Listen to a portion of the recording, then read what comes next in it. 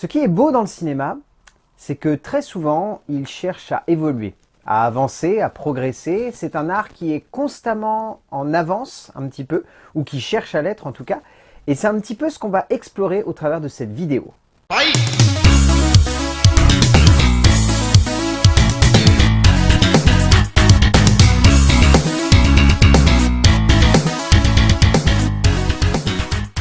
Alors, vous allez le voir, dans cette vidéo, l'objectif, c'est de parler un petit peu de voyage et de montrer surtout à quel point le cinéma, au fur et à mesure de son évolution, a cherché à progresser. Et si ce n'est à progresser, il a eu des étapes, clairement, qui l'ont modifié, qui ont fait avancer ses technologies, son style, sa forme, son fond. Et même si forcément la plupart du temps, c'est par le biais de nouvelles techniques de composition cinématographique, notamment par le biais de la technologie, le cinéma a voulu avancer et a voulu changer de visage. Et c'est ça dont on va parler dans cette vidéo. Alors, je vous épargne les films obligatoires, genre le premier film avec du son, le premier film avec de la couleur, le premier scope, etc. C'est pas mon objectif. Mon objectif, c'est plutôt de parler de cinéastes qui, à un moment, se sont dit « avec l'artistique, je peux réussir à faire progresser une certaine idée du 7e art ». Donc, avec cela en tête, un petit peu d'ouverture d'esprit, explorons 5 films qui, selon moi, ont fait avancer le cinéma. Le premier dont on va parler, c'est un monument. Un monument qui, bientôt, aura 100 ans. On s'en rapproche, tout doucement, à petits pas. Un film qui a non seulement eu un impact immense sur le cinéma de genre, sur le cinéma de monstres, sur le cinéma fantastique, mais au-delà de ça, c'est un film qui, d'un point de vue technologique et d'un point de vue créatif, a été réellement une étape. 1933, King Kong de Merian C. Cooper et Ernest Schoedsack.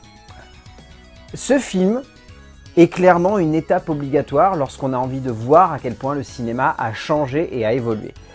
Parce que ces deux cinéastes, Cooper et Schoedsack, ont clairement eu à un moment l'idée de génie de faire en sorte que les effets spéciaux ne deviennent pas juste un espèce d'outil qu'un cinéaste à un moment avait réussi à parfaitement mettre en place au sein du 7e art comme étant un vrai outil de composition visuelle et esthétique, mais qui a été un peu oublié pendant une certaine partie des années fin 10 et début 20, ou en tout cas mis de côté, et que ces deux auteurs réellement ont réussi à parfaitement équilibrer au cœur d'un moment de cinéma qui est clairement devenu un classique, un grand moment, une œuvre qui a dû, je pense, scotcher un peu tout le monde lorsqu'il est sorti en 1933, parce que j'essaye toujours dans ces moments-là de me remettre à la place des spectateurs qui voient ce film et qui se prennent ça dans le nez.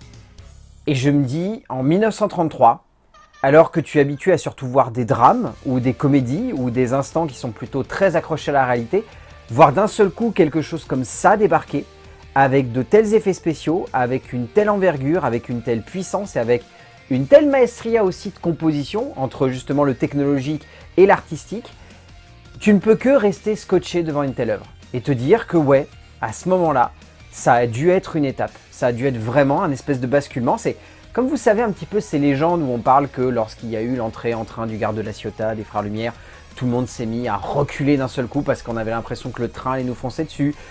C'est voilà, c'est un petit peu dans ces étapes où on se dit qu'à cette époque-là, les gens ils ont dû vraiment être scotchés, avoir peur, être estomaqués par ce qu'ils voyaient sur le grand écran, enfin se laisser complètement avoir par une œuvre qui avait une ambition certaine, une idée du cinéma qui était vraiment de prendre un temps et de se dire on va aller un petit peu en avance dessus.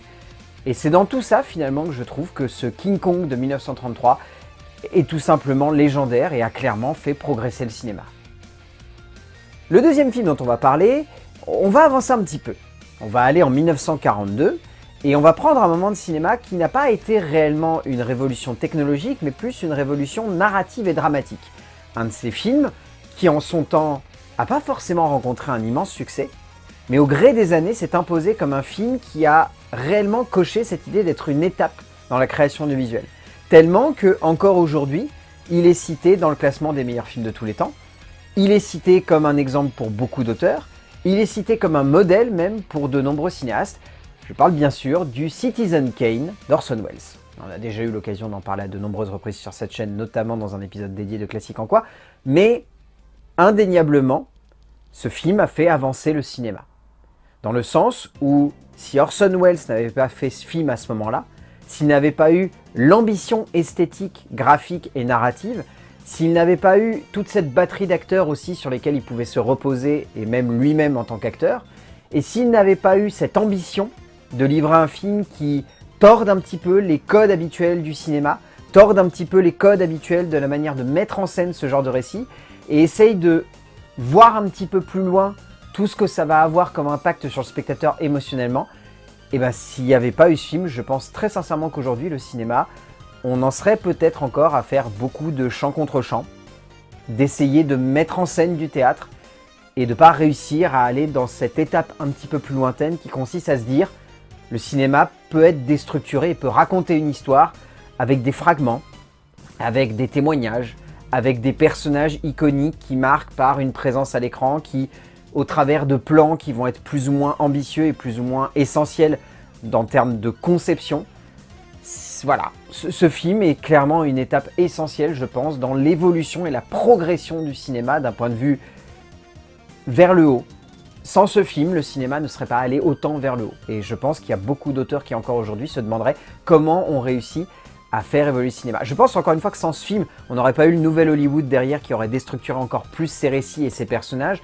On n'aurait pas eu toute une batterie d'auteurs qui se serait dit aussi je peux utiliser la caméra de façon différente pour créer des plans qui sont vraiment uniques en leur genre. Encore une fois, je pense que sans Citizen Kane, vous ne pourriez pas compter des Spielberg, des Scorsese, des Coppola. Voilà. Ce film-là a été une étape, a été un essentiel, et encore aujourd'hui, ça reste une évidence qu'il est une étape charnière du monde du 7e art. Le troisième film dont on va parler, bon là honnêtement, on touche au film qui a clairement pris les effets spéciaux de King Kong et s'est dit « c'est bien, un petit cran au-dessus, ça sera encore mieux ». Et avec ce petit cran au-dessus, il y a toute une génération d'auteurs qui va se dire « ah tiens, on peut faire de la SF de façon ambitieuse au cinéma », sans avoir forcément besoin d'être trop accroché à des effets spéciaux qui sont pas trop compliqués ou alors qui nécessiteraient pas trop de densité parce que sinon on va voir que c'est faux. Parce qu'on va pas se mentir, sans 2001 l'Odyssée de l'espace de Stanley Kubrick, je pense que les effets spéciaux tels qu'on les connaît aujourd'hui, ils ne seraient pas existants. Je pense que sans 2001 l'Odyssée de l'espace, on n'aurait pas eu Star Wars. Je pense que sans 2001 l'Odyssée de l'espace, on n'aurait pas eu toute la batterie de films de science-fiction qui ont influencé de façon globale le cinéma dans la deuxième moitié du XXe siècle.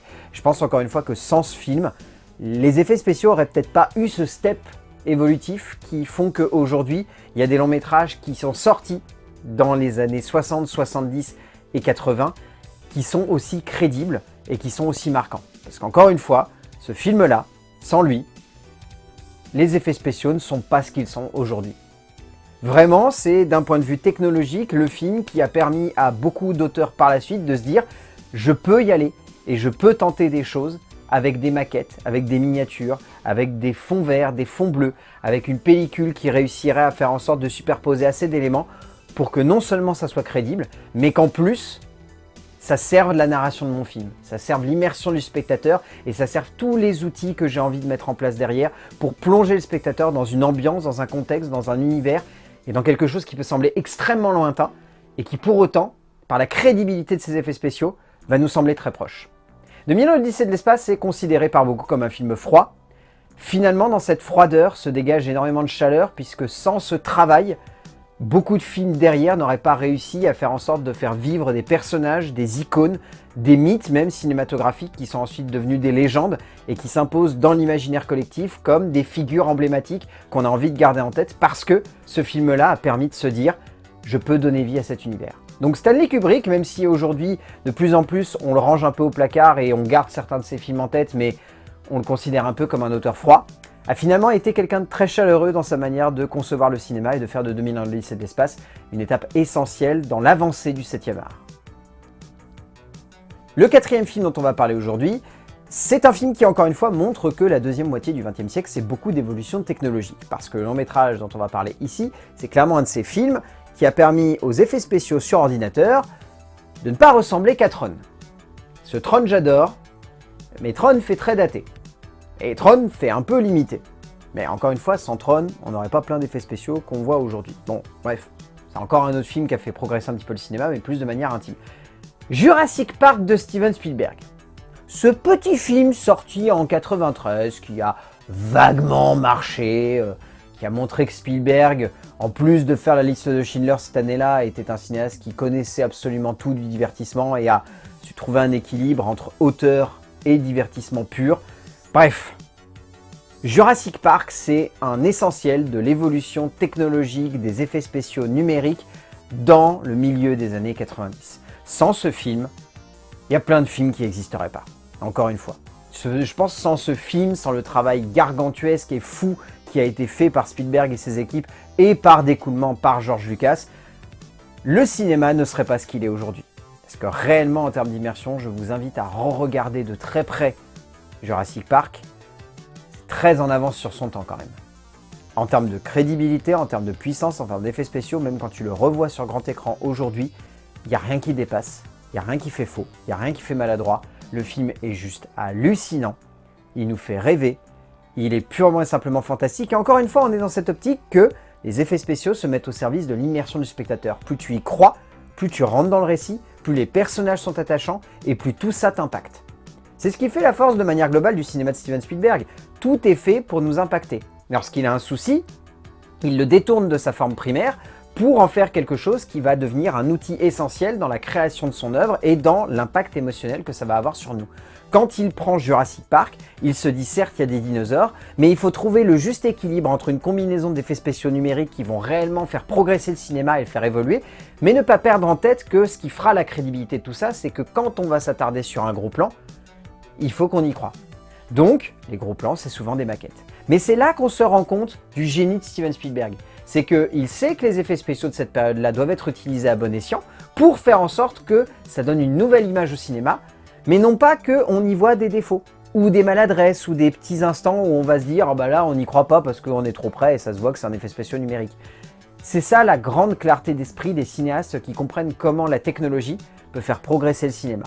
C'est s'en servir au bon moment, mais ne pas trop la pousser, au risque de lui faire perdre de son impact. Un génie, purement et simplement. Et encore une fois, voilà Jurassic Park, immense film qui a fait avancer le cinéma. Et alors, pour conclure cette petite liste de films, il faut que je parle d'un long métrage qui est sorti en 2009, un long métrage qui a encore une fois repoussé les limites immersives du spectateur, puisque là on parle d'un auteur qui s'est dit si on fout que des gens avec des capteurs sur le corps, sur un fond bleu, et qu'on arrive à prendre le temps nécessaire pour développer des effets spéciaux qui vont clairement bouleverser le champ des possibles, on peut créer une œuvre qui va traverser le temps. Pour certains, Avatar de James Cameron est un film classique. En termes de technologie, sans ce film, il n'y a pas les 3/4 des longs métrages que l'on connaît aujourd'hui. Alors on pourrait pousser le vice un peu plus loin et presque dire qu'un certain Robert Zemeckis s'est un petit peu passé avant et a essuyé les pots cassés d'une technologie qu'il ne maîtrisait pas pour faire en sorte qu'Avatar, il brille de mille feux. C'est vrai, mais c'est vraiment au travers d'Avatar et de James Cameron que cette technologie a trouvé une forme de perfection et de telle intensité que lorsqu'on s'est tous retrouvés face à ce long métrage, on n'a pu que être renversé par la maîtrise que James Cameron a offert aux spectateurs d'un univers qu'il a su transporter, qu'il a su emmener très loin et qu'il a su transcender pour livrer une œuvre qui clairement est un grand moment de cinéma, mais surtout un film qui encore une fois fait avancer le cinéma. Encore une fois, je pense que les 3/4 des Marvel de la bonne période qu'on a eue et qui était visuellement impressionnant, merci James Cameron d'être passé avant. Parce que sans lui, on n'aurait pas tous ces films-là. On n'aurait pas eu les divertissements qui nous ont transcendés, qui nous ont déchirés, qui nous ont percés, qui nous ont forgés aussi au fil du temps. Parce que je fais partie de cette génération qui a grandi avec Avatar et qui a été scotché devant Avatar. J'avais 17 ans et c'est un film qui m'a pris à la gorge et qui m'a foutu un coup de blues. J'ai pas été déprimé non plus, mais j'avais du mal à regarder des films parce que le long métrage m'avait vraiment semblé être une étape qui allait un petit peu plus loin que simplement un bon moment de divertissement. J'avais vraiment l'impression d'avoir vu une étape charnière qui me faisait prendre conscience que le cinéma allait m'embarquer dans quelque chose que je n'allais pas du tout cerner dans l'instant, mais qui allait vraiment être fantastique. Et c'est ça Avatar. C'est une étape dans le monde du 7e art qui a bouleversé les consciences et qui a changé et fait avancer le cinéma, indéniablement. Et bien voilà. C'était 5 films Alors, il y en a plein d'autres. Comme je l'ai dit, à des moments, j'ai fait des petites digressions parce qu'il y a plein de longs métrages qu'on pourrait considérer comme d'autres formes de révolution ou d'évolution du cinéma. Je vous invite à mettre celles qui vous semblent être les plus importantes au sein des commentaires, et je sais qu'il y en a plein. On n'a pas parlé de Méliès, parce que Méliès, ça a été une étape qui semble purement et simplement logique et qui semblait moins intéressante à évoquer au travers de cette vidéo. On pourrait parler de Matrix, on pourrait parler, comme je le disais, de Robert Zemeckis pour la motion capture, où clairement ça a été un pionnier, mais moins reconnu que James Cameron. Voilà, encore une fois, il y a plein de films, gardez en tête que ça n'est que 5 films, et qu'il y en a plein d'autres, que je le sais. Et d'ici là, je vous dis à bientôt pour continuer à parler de cinéma, et je vous dis à bientôt ici pour parler de films, bien évidemment. A plus! On pourrait presque faire un épisode dédié au nouvel Hollywood juste pour voir à quel point dans cette période-là, 60-70, il y a tellement d'auteurs qui ont eu des idées que rien que ça a été une étape à part entière pour révolutionner le cinéma. Mais bref, voilà, c'est pour vous dire à quel point il y a énormément d'étapes de révolution dans le monde du 7e art.